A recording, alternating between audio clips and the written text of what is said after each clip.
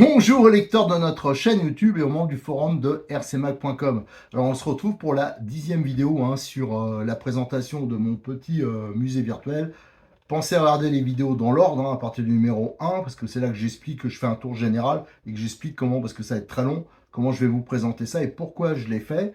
Et dans l'ordre, c'est la 61e vidéo sur l'histoire de la petite voiture RC. Alors soit là c'est spécifique, mais autrement, soit on présente des voitures, soit on parle d'une course, soit on parle d'une revue, enfin il y a toujours des sujets là-dessus et j'essaye de faire ça le plus régulièrement possible, mais c'est pas toujours simple. Il faut que je trouve des places entre l'actualité, enfin voilà, les voitures modernes, et je rappelle tout ça. Après, je le mets sur le musée. Le but, c'est de le mettre plus tard sur le musée virtuel du forum de rcmac.com que j'ai relancé suite au fait qu'à un moment, il va falloir qu'on ferme RCMac Vintage, que le site il est mort, et en plus l'association n'a plus les moyens d'entretenir plusieurs sites. C'est pas possible financièrement. Donc on est pour ça qu'on est en train de faire tout ça. Allez, chaque vidéo, j'essaie de faire 3 ou 4 boîtes pour pas que ça dépasse 15-20 minutes. Donc on s'y attaque tout de suite dans la présentation des 3 ou 4 boîtes suivantes. Alors, dans la précédente vidéo, on était sur du 1/8, notamment des Rabbit de chez MRC, et j'ai dit que là, on allait faire en plus petit du Kyosho. Alors ça, c'était vraiment... avant, ça se faisait pas beaucoup, les voitures aux petites échelles. Alors là, on a du 1/18, on a du 1/20. Donc notamment, on a cette McLaren. Alors, je pense pas qu'elle est dedans, la voiture. On verra. Mais ça, je l'ai, la bagnole, ça c'est sûr. Et donc, elle est au 1/18. L'année, je ne sais pas, ça faudra faire la recherche, mais ça, c'est pas jeune, hein. Et c'est des voitures qui sont vraiment très, très sympas. Et je pense pas qu'elles ont été faites longtemps. Ça, c'est pas facile. Enfin, j'ai trouvé, moi, c'était pas facile à trouver en collection. Encore moins facile, peut-être, c'est toutes les versions là. Alors, je les ai pas toutes, hein. Là, on a 2 boîtes d'Ultima. Donc, à l'époque, vous voyez, c'était encore Drastic qui distribuait ça. Drastic était vers Évry. Et on a ici la version Optima. Voilà, donc ça c'est à l'échelle 1/20. Et c'est des châssis, ça ressemble beaucoup à l'Ultima 1/10, celui qui a été reproduit encore dernièrement. Donc une voiture historique vraiment. Et ça c'est vraiment les toutes premières petites voitures radiocommandées qui a été produite en assez grande quantité. Et en plus c'est un tout-terrain, donc c'est 2 roues motrices. Mais vous allez voir, techniquement c'était assez sympa. Alors j'avoue que je ne sais pas si les voitures sont dans les boîtes, comme je dis à chaque fois. Je veux découvrir, c'est mon petit plaisir aussi, c'est de découvrir en même temps que vous. Donc je ne vérifie pas avant. Je fous juste un coup de chiffon sur les boîtes, vite fait, parce qu'elles étaient pleines de poussière avec les travaux. Alors je rappelle, regardez les vidéos dans l'ordre, vous comprendrez pourquoi je fais ça. Et pourquoi aussi les voitures, elles sont pas toujours hyper présentables. Et voilà, parce que ça fait longtemps que je suis en travaux. Et toute la partie collection, ben, j'avais pas accès correctement. Et comme il y a beaucoup de voitures, de boîtes, ça prend énormément de place. Alors sur cette vidéo que je vais essayer de pas trop dépasser 15 minutes à chaque fois, on va se donner l'objectif de regarder ces 4 là. Alors on va commencer par cette McLaren. Donc là on a une image de la voiture montée. Est-ce qu'on a d'autres choses par drastique? Là on a des vues du moteur, il y a un système de suspension, la transmission, et apparemment il y avait aussi une Lotus et une Williams Honda. Donc ça c'était vraiment sympa. Moi je regrette vraiment que toutes les marques, enfin beaucoup de marques, les marques grand public comme Kyosho et Tamiya notamment, ont quasiment totalement abandonné la F1. À une époque, il y en avait pas mal, quoi. Je vais en simplement dans la gamme Tamiya, il y avait un gros choix de F1, et maintenant c'est plus le cas. Alors ce qu'on va faire déjà, on va ouvrir la boîte. Suspense, qu'est-ce qu'il y a dedans? Allez, j'ai ouvert la boîte. Alors, premier truc que je vois, c'est des restes de la petite planche d'autocollant. Ça, c'est toujours bien. La notice. Donc, voilà. La notice, vous voyez, c'était comme ça, la notice. Disons la partie française, parce que je pense qu'il y avait une notice traditionnelle dessus, mais il y avait ce rajout. Voilà. Ça, je l'ai acheté en 2006 et je l'avais acheté 61 euros. Là, ce qui est bien, c'est qu'il y avait tous les éléments. Bah, tiens, il y a encore l'outillage qui était livré, des pièces de diff apparemment, voilà, des petits trucs, et c'était tout sous blister comme ça, ouais. Ça se faisait beaucoup, que ce soit chez Tamiya ou Kyosho. Moi, j'adore ça. Vous le verrez d'ailleurs, je pense, peut-être sur les prochaines voitures, les Ultima, il y en a peut-être une neuve, ou alors quand je vous présenterai les Tamtech, la suite des Tamtech. J'en ai présenté une, celle avec la radio, mais il me reste à présenter celle qui était toute seule. Et là, alors en dessous, qu'est-ce qu'il y a? Est-ce qu'il y a? Il y a les sachets avec encore des pièces plastiques qui restent. Ça, c'est bien. Et là, je vois un aileron. Alors, qu'est-ce qu'il y a? Il y a la voiture complète. Bon, je savais que je l'avais, la voiture. Donc, on va essayer de la retirer. Hop. La McLaren qui n'est pas décorée. Voilà, il y a juste, d'ailleurs, les autocollants qui ont été mis, ils sont en train de se barrer. Je vais la mettre là. Donc, vous voyez, par rapport à ma main, l'échelle. Là, je retire. Donc là, c'est un... Je sais pas si c'est du Lexan. Je pense que c'est du Lexan. On voit le pilote qui est rajouté. Bon, lui qui n'est pas décoré. Et là, on a la voiture avec des triangles qui me semblent... Ils sont en métal, les triangles. Ah ouais, c'est du métal. La triangulation est en métal. On voit qu'elle est pliée ici. Les petits pneus, là, les petites jantes.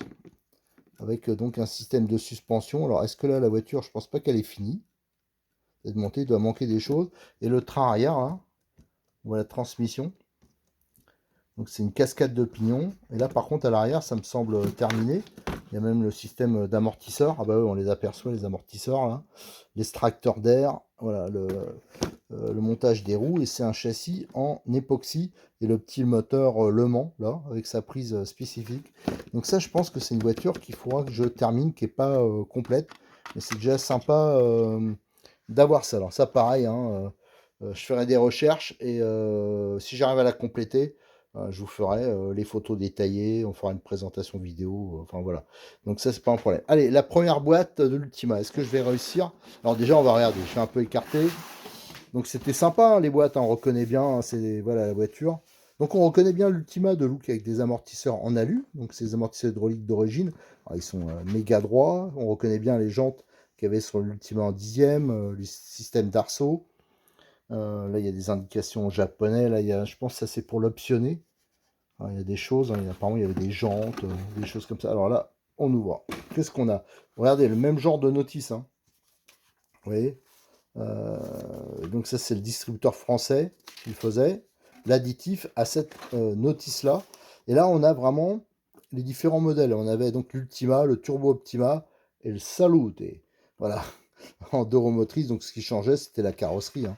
Et la notice, hein, comme ça se faisait à l'époque. Vous voyez, là, c'était juste en anglais.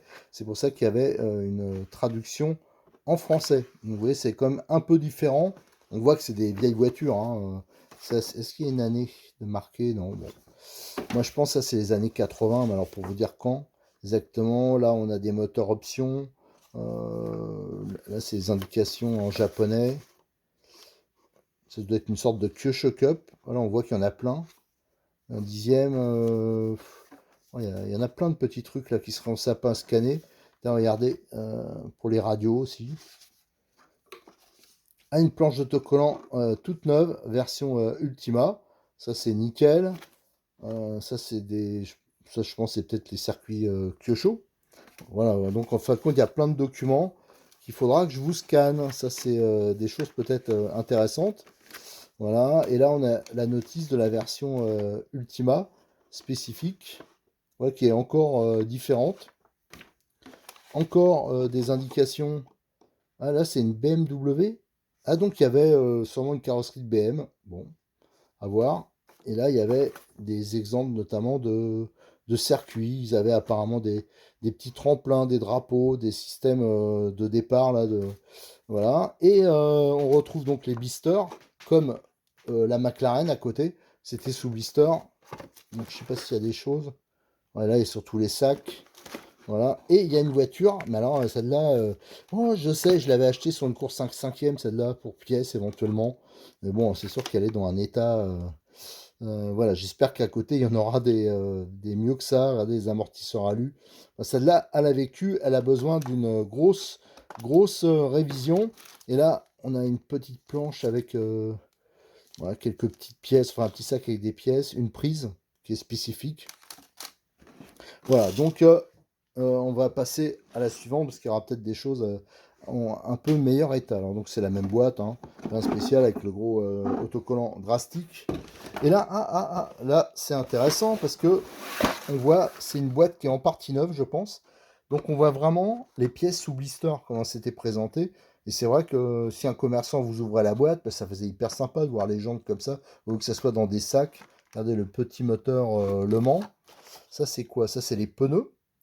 Pareil, qui sont sous blister, là, les pièces, hein, cellules, tout ça. Alors ça, il faudra que je vérifie si elle est complète. Là, il y a une transmission, les ressorts.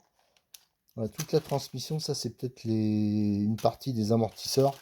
Donc, il faudra voir si c'est... Là, il n'y a rien. J'ai l'impression qu'il n'y a pas les amortisseurs hydrauliques. Bon, il faudra voir. C'est peut-être une voiture qui a été... Ah non, si, ils sont là. Les corps d'amortisseurs. On dirait que c'est une voiture qui a été dépouillée. Par contre, dedans, il y a une voiture neuve. Alors, qui n'est peut-être pas complète. Enfin, il n'y a pas la carrosserie. Il n'y a peut-être pas l'arceau. Ça dépend. Il y a des versions qui avaient besoin de l'arceau, l'autre non. Vous voyez, avec les amortisseurs hydrauliques en alu, les pneus spécifiques au 4.2. Regardez la commande de direction, là aussi, qui est spécifique. Hein. C'est ça qui fait office de sauve-cerveau, le pliage, là. La platine, enfin voilà. Donc là, vous avez un petit buggy à 20e hein, de chez Kyosho, qui est tout neuf. Ça, c'est nickel, nickel, nickel. Il faudra juste qu'un jour, j'arrive à en monter un complet avec la carrosserie. Là, je vois pas les carrosseries, ça m'inquiète un peu. Mais je crois que je me demande si je les ai pas passés à Cyril pour reproduction. Et là, on a une version Turbo Optima. Alors, l'Optima, je rappelle, c'est un 4x4 à la base, mais bon, ils l'ont présenté comme ça. Et là, hop, hop, hop, on a une voiture donc, qui est avec la carrosserie. Et là, c'est un Ultima. Ça, c'est une version Ultima parce qu'on a l'arceau. Voilà, donc celle-là, elle est nickel. Il y a le moteur monté. Voilà, donc il manque, en fin de compte, ce qui manque, c'est l'électronique et bien sûr la peinture. Mais moi, je préfère pas la peindre, à moins que j'en ai, si pour la deuxième, là, enfin, c'est pas le même modèle, mais si je trouvais une carrosserie, les décos, tout ça, pourquoi pas. Là, on a encore les petits outils spécifiques. Là-dedans, il n'y a rien. Je regarde, hein. On va peut-être faire des découvertes incroyables. Et là, qu'est-ce qu'on a? On a des pièces, les sachets et tout comme ça. Bon, je pense qu'il n'y a pas grand-chose d'intéressant là-dessus.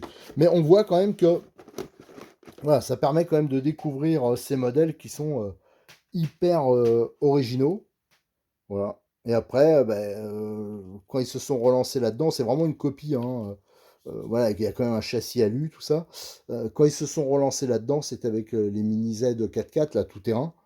Mais entre-temps, il n'y a pas eu vraiment de voiture de ce style-là. Alors c'est sûr que ça demandait des batteries un peu spécifiques, des moteurs spécifiques, un ensemble contrôleur, récepteur, des cerveaux de petite taille. Hein. D'ailleurs, je ne me rappelle plus trop comment ça s'installait. J'avoue que quand ça s'était sorti, c'était assez cher. Et j'ai jamais, à l'époque, j'ai pas pu m'en payer, quoi. Alors c'est vrai que dès que j'en ai vu un peu à l'époque sur eBay, mais il y a longtemps hein, que je les ai, j'avais réussi à les choper pas cher. Bah, voilà, j'avais pris ces boîtes et il y en a une qu'on m'avait offerte, je crois ma nana de l'époque, qui m'avait commandé ça, pareil, sur eBay.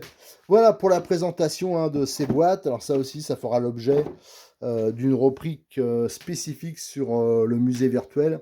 Alors j'ai peut-être déjà les notices que je pourrais mettre, les planches d'autocollants. Il va falloir que je regarde et là j'ai quand même des voitures que je peux faire en photo, hein, au moins une. Et après il reste le problème des carrosseries. Donc si vous avez des voitures de ce genre-là, qui sont décorées et que vous voulez les présenter, hein, n'hésitez pas à me contacter sur le forum qu'on voit comment on peut les rajouter au musée virtuel. Allez, à très bientôt sur notre chaîne YouTube et sur le forum de rcmac.com hein, pour de nouvelles présentations. Il nous reste toutes ces boîtes à faire, celles qu'il y a derrière. Il nous reste les deux là. Enfin, il y en a un peu partout des boîtes là-bas. J'en ai encore, plus, enfin oui, il y a de quoi faire. Et après, on se lancera dans la présentation des voitures hein, qui sont assez nombreuses. Mais bien sûr aussi, hein, on fera des trucs sur les radios et les moteurs. Allez, merci!